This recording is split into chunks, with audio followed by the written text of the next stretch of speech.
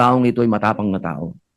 Nasa kanya po lahat ang katangian, parang isang katulad ko ay sumaludo. Yun po ang itsura ng kinalalagyan ni Tatay Digong. Siya po ay nasa Bartolina. Kaya batid ko po kung ano ang hinagpis ng mga nagmamahal kay Tatay Digong. Hingi po namin, siya po ay maialis sa Bartolina. Pero iba po na hindi ka nakakulong sa sarili mong bayan. At sagipin natin ang ating kababayan. Lahat, gusto ko rin po magpasalamat sa mga senador na nagbigay po sa amin ng lakas loob upang ilapit po sa inyo itong usapin na ito. Alam niyo po, mga kasama, ang pagkakakilala ko po kay Tatay Digong, kaya po siya ay aking iniidolo. Ito pong taong ito ay matapang na tao. Nasa kanya po lahat ang katangian, parang isang katulad ko ay sumaludo. Pero dumadating po sa punto na ang isang tao ay tumatanda. Alam niyo po, kung ikukumpara ko yung pangungulungan ko dito sa Pilipinas, sa pangungulungan ng ating Tatay Digong, ay napakalayo po.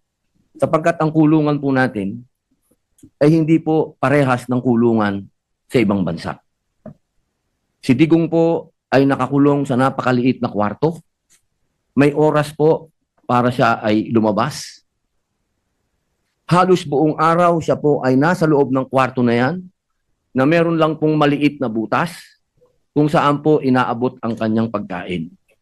Napakahirap po dahil dito po sa atin, sa amin sa Muntinlupa, ang tawag po namin doon Bartolina. Yun po ang itsura ng kinalalagyan ni Tatay Digong. Siya po ay nasa Bartolina. Wala po siya doon nakakausap, wala po siyang nakakakwentuhan, at higit sa lahat, napakahirap po para sa isang nangungulungan na sa ganong edad ay nag-iisa ka, wala pong nag-aasikaso sa iyo. Alam niyo po, ang aking mahal na ina, nung siya po ay nag-umpisa na nagkaroon ng mild dementia, siya po ay 80 years old.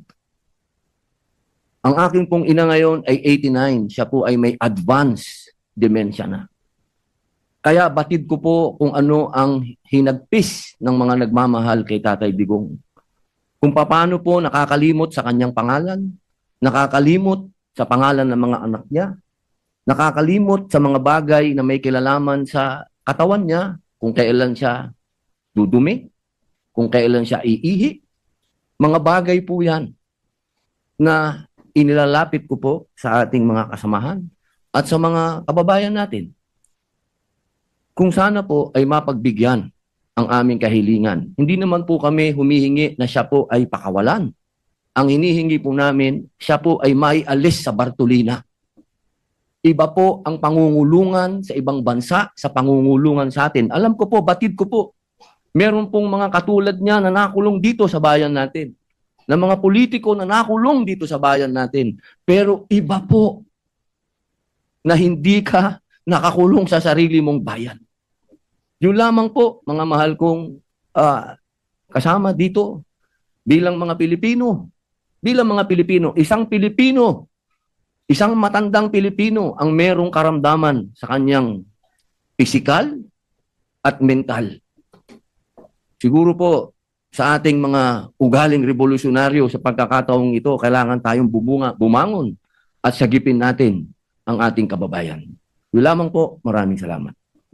I